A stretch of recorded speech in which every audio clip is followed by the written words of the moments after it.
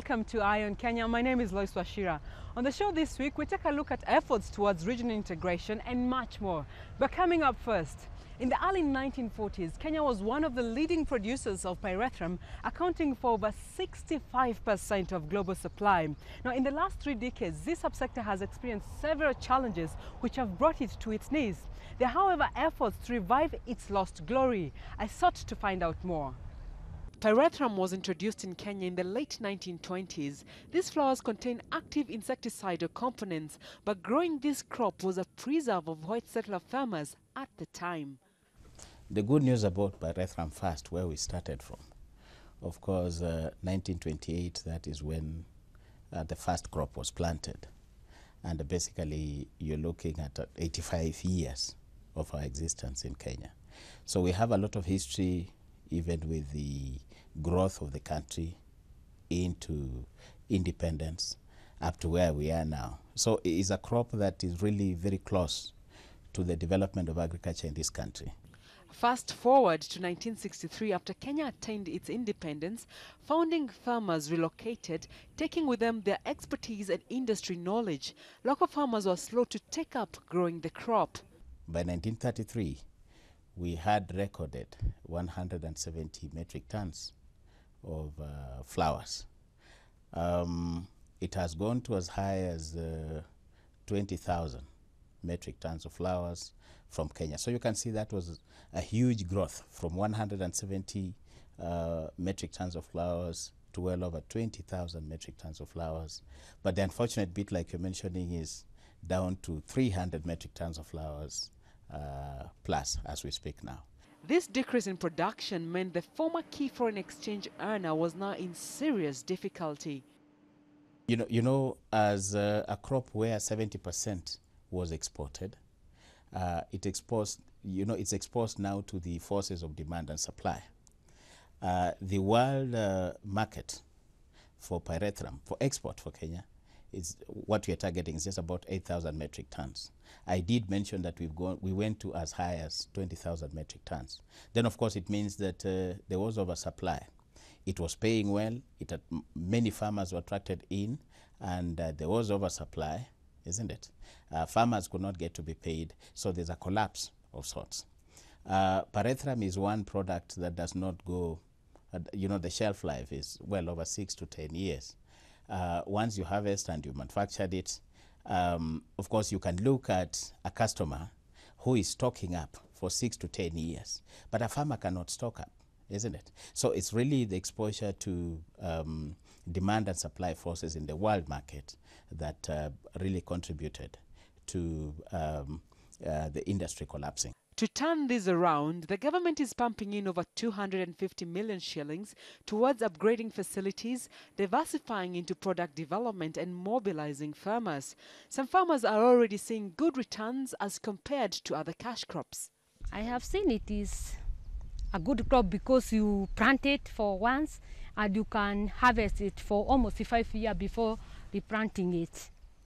I have seen this advantage for it because, like other crops, you plant once, then you are supposed to replant it again. You see, that is an advantage of it. I was planting maize before and later introduced pyrethrum, which is an amazing crop since I'm able to make money on a monthly basis. Unlike when I was planting maize, which takes me months to realize any profits, with pyrethrum, we are paid every month. That is 12 months in a year, but maize, it's only once. The pyrethrum proposition is made all more attractive because of the growing global demand for environmental friendly products. From the early 20s, as the industry grew, many people migrated to the cheaper synthetics. But we are now environmentally aware.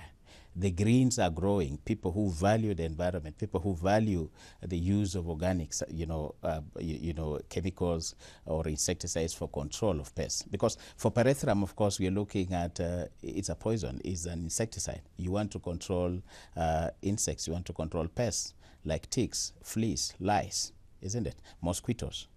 There were synthetics, but the move now is away from synthetics to organics, and therefore the demand for pyrethrum will continue growing. To scale up production, farmers have come up with cooperatives which get more farmers to grow pyrethrum, and the Kenya Pyrethrum Board is offering training. We come together so that we can be able to mobilize the other people, be growing this product.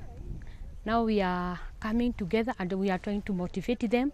They farm for this farm, so that we can have more profitable and we can do it as a business. As all stakeholders gear up for the turnaround, there are opportunities available for investors too. When you look at investors from outside, you might want to ask yourself, you've been down, you're trying to come up. So what happens? We are looking at partnerships. And an investor who is interested in the industry should come in, so that if we are talking of going to the farmer, we can partner with them, isn't it? Be it in seed production, be it in planting material, multiplication, be it in the supply of these materials to the farmers, be it in flower collection. And those are services that can be offered by investors, be they local or be they international. So there's an array of services that can be offered by investors. They can be able to invest in it, isn't it? And so we can just now be able to focus on our core business, which is growing pyrethrum and selling the extract. The Kenyan government's backing is a clear indication of the potential of the sector, not only for its economic and social contribution to the country and its GDP, but also towards reducing the impact on environmental degradation. For farmers, we are saying welcome on board. We are committed, and we want to work with them to be able to bring back this sector, to take back this sector to where it were. For our customers who had moved on to our competing countries in terms of production, we are saying Kenya pyrethrum is the best. It is a known fact. It will be in the market soon, and we're welcoming them to come back. Now, for the other players, including even suppliers, of course, when the factory goes down, when you're not working well, you can't pay them, the orders are not met. But for now, we can be able again to, reclaim our position with our suppliers, with our farmers, and with our customers. So we're looking forward to a partnership that is really going to deliver this industry to where it was before. And we just want to thank all the players for it. The East African integration has moved a notch higher with the launch of a single customs territory aimed at hastening cargo transit to landlocked countries and in return helping reduce the cost of doing business. Beatrice Gachange brings us more on this new launch.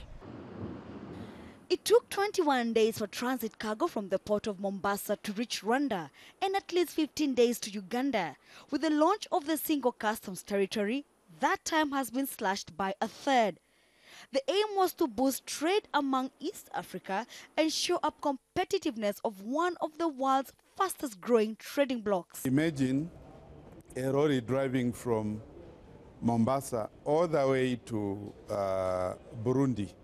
Will not be stopped by Kenya, not by Uganda, neither by Rwanda, will go straight to Burundi. So for a Burundian trucker who had to submit themselves to all these jurisdictions, now just drives as if when you drive from Nairobi to Kakamega, or you drive from Nairobi to Nakuru, you are within one jurisdiction and you just drive through. But as the East African economies move to eradicate non-tariff barriers within the bloc, seamless financial coordination is vital. To this end, the African Development Bank has issued a grant of $23 million towards the establishment of an East African payment system. When you have an integrated East African payments and settlement system, you see, when I pay, unless it has settled, no payment has been made. So we are always interested to see that all payments settle, they reach their finality. So what the ADB is doing is to help the 5 central banks have systems that talk to each other, have systems where they can see what is happening, that will promote trade and investment. It's very good to park on the back traders that they'll have no issues to say, I have Burundian francs, Now I have to pay in Mombasa. How do I do it? This E.African payments and settlement systems will settle everything. For the East Africa community to thrive, individual economies need to enhance their own competitiveness, reducing red tape, political uncertainty, and consistency of business regulations would go a long way to attract foreign direct investments. We would like to see a future where incentives now, instead of having an incentive that is applicable to all investors, we have smart incentives where if you get people who are able to create more jobs and consume more raw materials per every unit of investment they are making or output they are producing, then those are the ones who should get maybe preferentially a higher incentive than just everybody else. While South Sudan has applied to join the EAC, Tanzania, the region's biggest economy after Kenya, has been accused of dragging its feet on integration. However, the deadline for the Common Market Protocol is December of 2015. For any meaningful integration to move forward, A, it must be embedded among the people. 2, it must transcend political leaders. It must. It should not be a fashionable thing when so-and-so is a leader and fashionable when another is not a leader. It must transcend our political leaders and owned by the people. So whatever we do, we must make sure that the East Africans are at center stage. Indeed, as it says, one people, one destiny. The integration is not without its fair share of hurdles. A World Bank study suggested improving border logistics would have a larger effect on trade, especially on exports, than tariff reductions would have. Our infrastructure, transportation infrastructure, needs to be scaled up many times over. Within East Africa, you know, we have the narrow gauge railway network. With narrow gauge A, you go at slower speed, and 2, you carry much less weight. When it is like Mombasa, the new Mombasa proposed railway, will be standard gauge. You can move at higher speed. You can carry more load. That's good.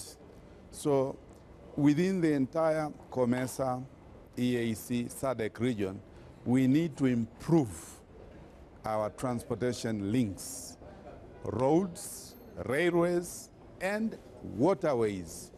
One of the biggest barriers to more exports is not necessarily the actual lack of a market. It is what we call domestic supply constraints. So sometimes, for instance, the US may say we want 2 containers of hand-woven textile material or something, to get enough women, you know, who in their small quantities produce enough to fill a container or 2 becomes impossible. So we have been unable to actually exploit some of the markets because of the domestic supply constraints. And here we are talking about expensive inputs like fertilizers if you are farming, high cost of power if you are, you are doing manufacturing, high cost of transport because of inefficiency in the ports and on the transport, and a bit of maybe corruption, so which delays again a lot of roadblocks on the roads. All those things affect our ability to take products at a competitive price to the market.